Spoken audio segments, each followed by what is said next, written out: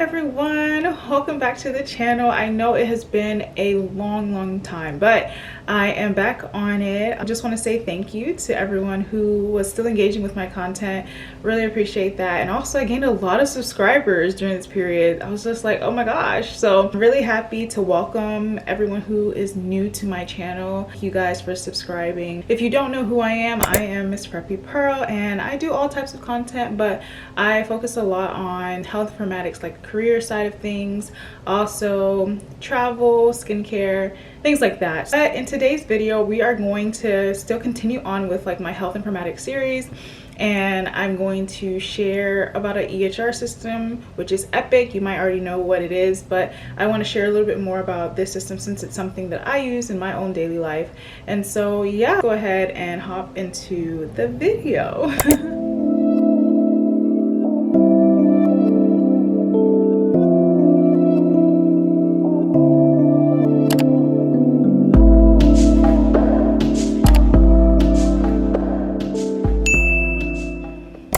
So like I mentioned in the beginning, today we are going to be talking about something that I use every day in my current job, and so it's Epic. Let's just start off with like the basics of what Epic is. So Epic is an EHR system. EHR just stands for Electronic Health Record System, and Epic is one of the most widely used ones in the United States. There are other EHR systems such as like Aetna Health, we have Cerner.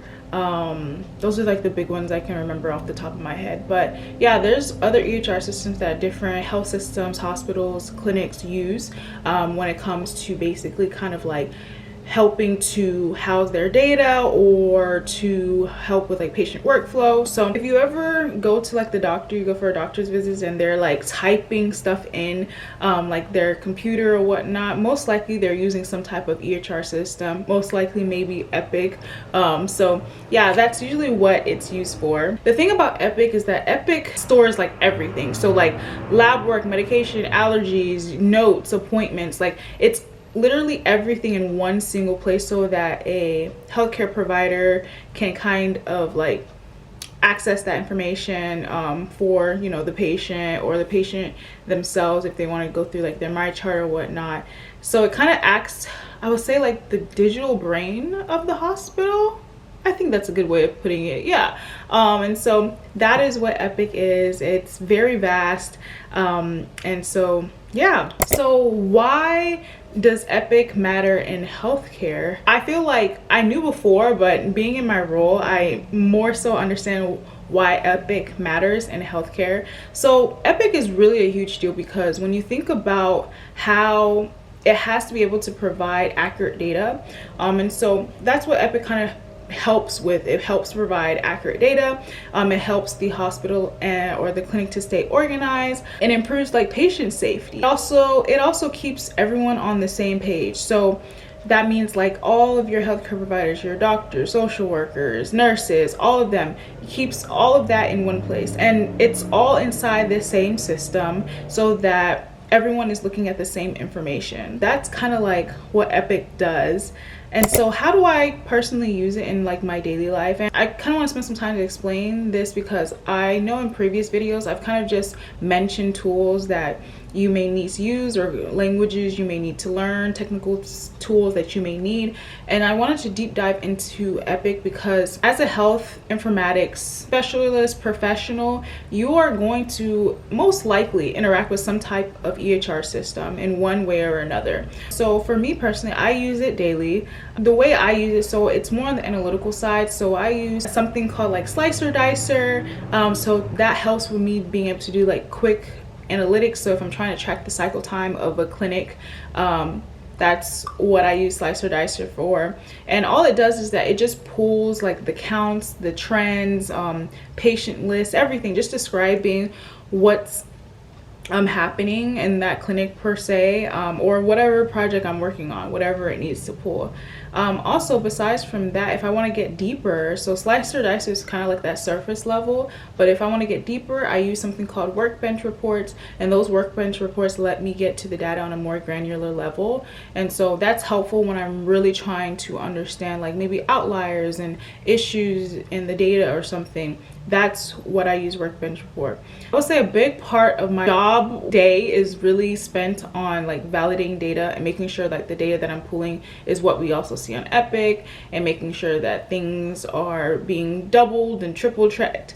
Just trying to make sure that all of those things make sense and they are accurate and valid. And so that's kind of like what I use that for. Also on a daily with Epic, I use it to help me map out like workflows in different clinics. This is very important when you are trying to understand like maybe the flow or the workflow of a clinic, and maybe you can't go in person to do observations. You can use the data from like these Workbench reports to be able to kind of map out what may be happening in the clinic. So Epic really just teaches you how much or what is going on behind the scenes in like a healthcare space. And so that is how I use it personally on a daily life, and how I think if you ever are going into this field of health informatics, you may also have to use an EHR system kind of like this as well.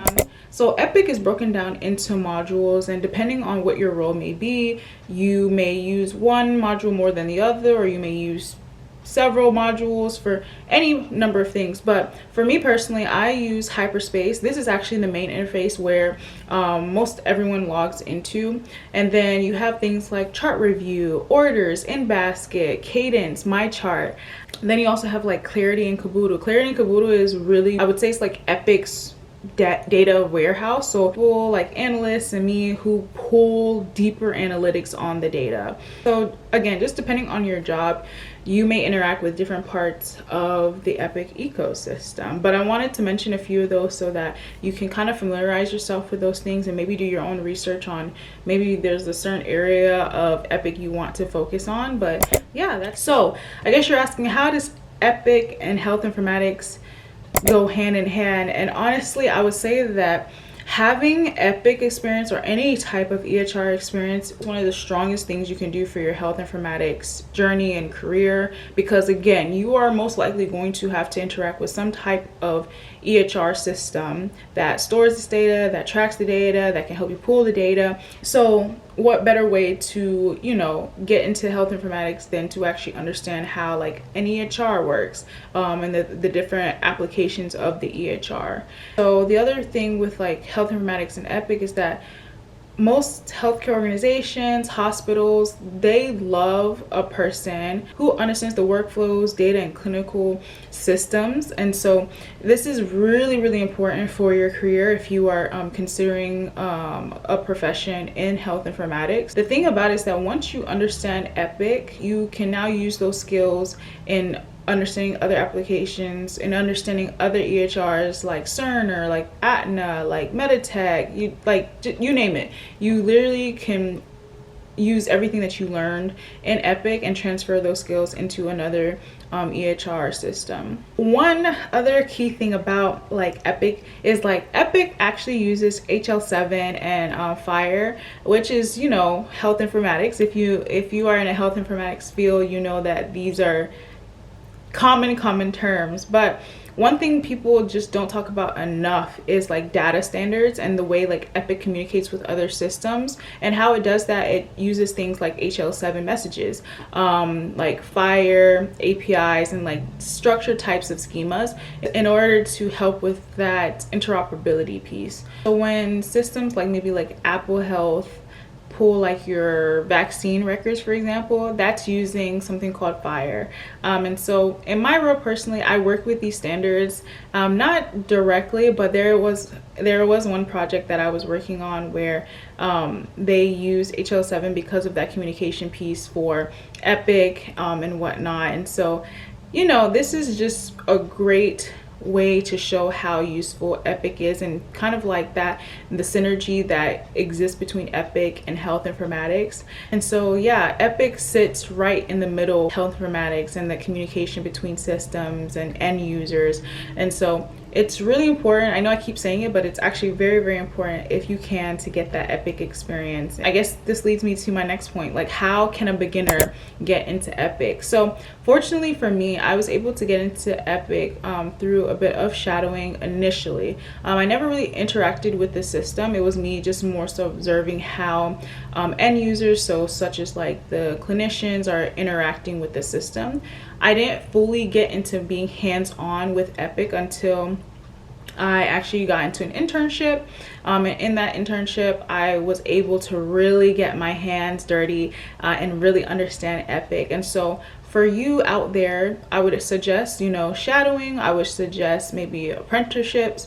I would suggest an internship that will allow you to be able to actually use Epic. There's so many different ways that you can get into Epic, and also there's YouTube and other things like that that can help you understand Epic and understand the functionalities behind it. So yeah, that's some ways. But if you can't be in a healthcare organization, or maybe you're not there yet where you are able to kind of be in person in certain places, so you're just at home, so you can start learning the skills around Epic by first learning like healthcare workflows, like understanding the different types of standards. So like study HL7 and FHIR basics, understand what are their components and what exists with them.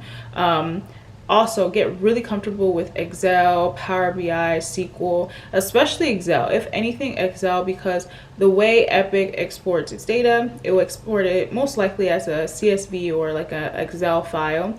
And so getting familiar with Excel, being able to understand how to like clean the data in Excel, use your different functions to validate the data in Excel, those are really just kind of like the basics that you would need for that.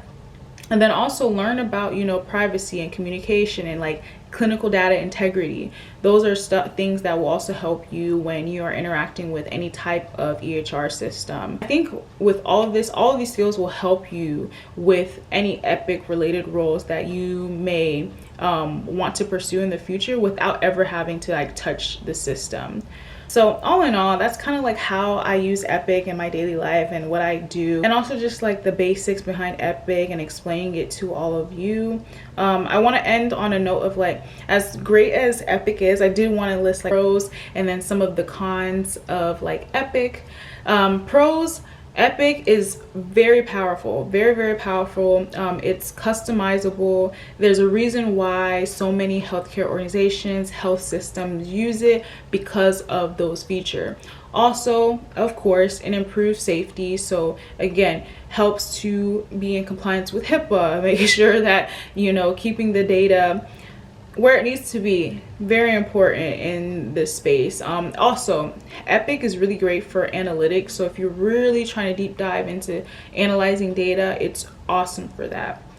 On the flip side, the cons of Epic, and this is something that I experienced myself, is that there is a steep learning curve. Again, I was fortunate enough to learn a lot about it through my internship and a bit of shadowing, but if you aren't familiar with Epic, it can be hard to understand all the functionalities of Epic. Even me, I still consider myself a beginner of understanding all things Epic. It's just so much in Epic, and so there's a steep learning curve. You sometimes don't even know what you don't know until someone's like, oh, you could just do this, and it's like, oh wow. So Epic has so many things, so it's a bit of a steep learning curve, and it can be a bit overwhelming sometimes with that. Also, the other big thing about Epic is, depending on the type of healthcare organization, every health organization or system uses it differently. So the problem then comes that not all Epics are the same. So yes, the application is there, but it might not be utilized the same in one health system compared to another, and that can be a bit annoying when you think about it. And so those are just some things. But yeah, so all in all, that's just a simple breakdown of Epic from a health informatics perspective. If you enjoyed this or want to be able to deep dive into like specific tools, or if you want me to like deep dive into anything that I mentioned in this video, please let me know in the comment below. I will try my hardest to answer or maybe create a video about it. And also, as always, please don't forget to like, subscribe, and share this with someone if you know that they're trying to break into like the health informatics space and get their hands, you know, a bit dirty with learning Epic and whatnot. So yeah, thank you all for watching. I'll see you guys in the next video. Bye.